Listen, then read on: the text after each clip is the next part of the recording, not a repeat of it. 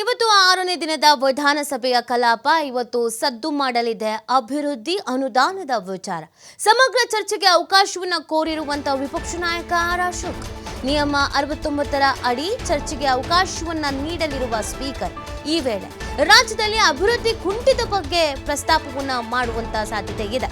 ಕಾನೂನು ಸುವ್ಯವಸ್ಥೆಯ ಬಗ್ಗೆಯೂ ಕೂಡ ಚರ್ಚೆಗೆ ಬೇಡಿಕೆ ಇಟ್ಟಿದ್ದಾರೆ. ಇದರ ಜೊತೆಗೆ ರೈತರ ಆತ್ಮಹತ್ಯೆ ಬಗ್ಗೆಯೂ ಕೂಡ ಪ್ರಸ್ತಾಪ ಆಗಲಿದೆ.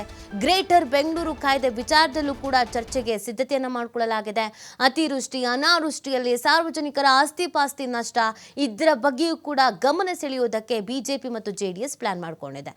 ಸೊ ಇವತ್ತು ಪ್ರಮುಖವಾಗಿ ಮಾತನಾಡುವಂಥ ವಿಚಾರ ಅಭಿವೃದ್ಧಿ ಅನುದಾನ. ಈ ವಿಚಾರಗಳ ಬಗ್ಗೆ ಇವತ್ತು ಸದ್ದು ಗದ್ದಲ ಆಗಬಹುದಾದ ಸಾಧ್ಯತೆಗಳಿದೆ.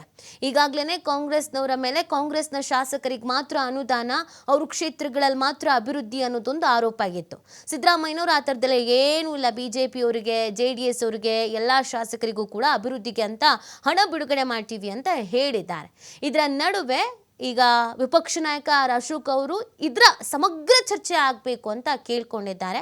ಹಾಗಾಗಿ ನಿಯಮ 69ರ ಅಡಿಯಲ್ಲಿ ಚರ್ಚೆಗೆ ಅವಕಾಶವನ್ನು ನೀಡಲಿದ್ದಾರೆ ಸ್ಪೀಕರ್. ಈ ಸಂದರ್ಭದಲ್ಲಿ ಒಂದಷ್ಟು ಗದ್ದಲ ಕೋಲಾಹಲ ಆಗಬಹುದು. ಸರ್ಕಾರದವರು ನಾವಿಷ್ಟೆಲ್ಲ ಯೋಜನೆ ಮಾಡಿದ್ದೀವಿ, ಅಭಿವೃದ್ಧಿ ಆಗಿದೆ, ಆದಾಯ ಬರ್ತಾ ಇದೆ, ಏನು ಕುಂಠಿತ ಇಲ್ಲ ಅಂತ ವಿತ್ ಡಾಕ್ಯುಮೆಂಟ್ ಮಾತಾಡಬೇಕಾಗತ್ತೆ. ಇನ್ನು ವಿಪಕ್ಷದವರು ಸಹಜವಾಗಿ ತಯಾರಿ ಮಾಡ್ಕೊಂಡು ಬಂದಿರ್ತಾರೆ. ಎಲ್ಲೆಲ್ಲಿ ಅನುದಾನ ಬಿಡುಗಡೆ ಆಗಿಲ್ಲ, ಕಾಮಗಾರಿಗಳಾಗಿಲ್ಲ, ಅಭಿವೃದ್ಧಿ ಕೆಲಸಗಳಾಗಿಲ್ಲ ಅಂತ ಅದ್ರ ಬಗ್ಗೆಯೂ ಕೂಡ ಪ್ರಸ್ತಾಪಿಸಲಿದ್ದಾರೆ. ಇದರ ಜೊತೆಗೆ ಕಾನೂನು ಸುವ್ಯವಸ್ಥೆ ಬಗ್ಗೆ ಕೂಡ ಚರ್ಚೆ ಮಾಡಬೇಕು ನಾವು ಅಂತ ಬೇಡಿಕೆ ನೀಟ್ಟಿದ್ದಾರೆ. ಕೆಲವು ಕಡೆಯಲ್ಲಿ ಕಾನೂನಾತ್ಮಕವಾಗಿ ಗಮನಿಸೋದಾದ್ರೆ ಕಾನೂನು ಸುವ್ಯವಸ್ಥೆ ಹದಗೆಟ್ಟಂತ ಪ್ರಕರಣಗಳು ನಡೆದಿತ್ತು. ಸೊ ಆ ವಿಚಾರವನ್ನು ಪ್ರಸ್ತಾಪಿಸಬಹುದಾದ ಸಾಧ್ಯತೆ ಇದೆ. ಹಾಗೇನೆ ಈ ಗೊಬ್ಬರದ ವಿಚಾರದಲ್ಲಿ ಮತ್ತೆ ರೈತರು ಕೆಲವು ಆತ್ಮಹತ್ಯೆಯನ್ನು ಮಾಡ್ಕೊಳ್ತಾ ಇರುವಂಥದ್ದು, ಈ ವಿಚಾರವನ್ನು ಕೂಡ ಇವತ್ತು ಪ್ರಸ್ತಾಪಿಸಿ ಅದ್ರ ಬಗ್ಗೆ ಕೂಡ ಚರ್ಚೆ ಮಾಡ್ಬೋದು. ಅಂಕಿ ಅಂಶ ಸಮೇತವಾಗಿ ರಾಜ್ಯದಲ್ಲಿ ಇಷ್ಟು ರೈತರು ಆತ್ಮಹತ್ಯೆಯನ್ನು ಮಾಡ್ಕೊಂಡಿದ್ದಾರೆ, ಇವರು ಅಂದರೆ ಕಾಂಗ್ರೆಸ್ ಸರ್ಕಾರ ಅಧಿಕಾರಕ್ಕೆ ಬಂದ ಮೇಲೆ ಈ ಥರ ಆಗಿದೆ, ಎಷ್ಟು ಸಾವು ನೋವು ಸಂಭವಿಸಿದೆ, ಇದೆಲ್ಲದ್ರ ಬಗ್ಗೆ ಪ್ರಸ್ತಾಪಿಸಬಹುದು. ಅದಕ್ಕೆ ಉತ್ತರವನ್ನು ಕೊಡಬೇಕಾಗತ್ತೆ. ಹಾಗೇನೆ ಗ್ರೇಟರ್ ಬೆಂಗಳೂರು ಸಿಕ್ಕಾಬಟ್ಟೆ ಸುದ್ದಿ ಆಗಿದ್ದು, ಸದ್ದು ಆಗಿದ್ದು ಗ್ರೇಟರ್ ಬೆಂಗಳೂರು. ಈ ಗ್ರೇಟರ್ ಬೆಂಗಳೂರು ವಿಚಾರಕ್ಕೆ ಪರನೂ ಇದೆ, ವಿರೋಧನೂ ಇದೆ. ಅಭಿವೃದ್ಧಿ ಆಗಬೇಕು ಅಂದ್ರೆ ಗ್ರೇಟರ್ ಬೆಂಗಳೂರು ಬೇಕು ಅಂತಿದೆ. ಇದು ನಿಮ್ಮ ಸ್ವಹಿತಾಸಕ್ತಿಗೋಸ್ಕರ ಎಲೆಕ್ಷನ್ ಗಮನದಲ್ಲಿ ಇಟ್ಕೊಂಡು ನೀವು ಗ್ರೇಟರ್ ಬೆಂಗಳೂರು ಮಾಡ್ತಾ ಇದ್ದೀರಾ ಅನ್ನುವಂಥ ಆರೋಪವೂ ಕೂಡ ಇದೆ.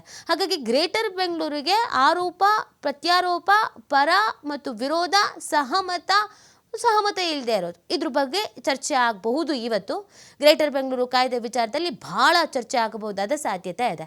ಹಾಗೆ ರಾಜ್ಯದಲ್ಲಿ ಈ ಬಾರಿ ವಿಪರೀತವಾಗಿ ಕೆಲವು ಪ್ರದೇಶಗಳಲ್ಲಿ ಮಳೆ ಆಗಿದೆ, ಊಹೆಗೂ ಮೀರಿದ ಮಳೆ ಆಗಿದೆ. ಕೆಲವು ಪ್ರದೇಶಗಳಲ್ಲಿ ಮಳೆನೇ ಇಲ್ಲ.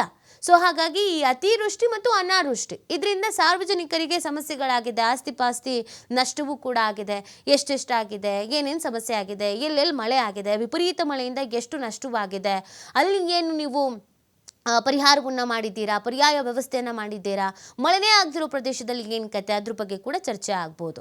ಸೊ ಹಾಗಾಗಿ ಇವತ್ತು BJP ಮತ್ತು JDS ಹೇಗೆ ಈ ಸರ್ಕಾರದ ವಿರುದ್ಧ ಮುಗಿಬೀಳತ್ತೆ, ಇಷ್ಟು ಅಸ್ತ್ರಗಳನ್ನು ಇಟ್ಕೊಂಡು ಇದೆಲ್ಲದಕ್ಕೂ ಸರ್ಕಾರ ಹೆಂಗೆ ಉತ್ತರ ಕೊಡುತ್ತೆ, ಎರಡೂ ಕೂಡ ಬಹಳ ಇಂಪಾರ್ಟೆಂಟ್ ಆಗುತ್ತೆ. ಹಾಗಾಗಿ ಇವತ್ತಿನ ಸದನ ಸಹಜವಾಗಿಯೇ ಮಹತ್ವವನ್ನು ಪಡ್ಕೊಳ್ಳೋದ್ರ ಜೊತೆಗೆ ಕುತೂಹಲಕ್ಕೂ ಕಾರಣವಾಗ್ತಾ ಇದೆ.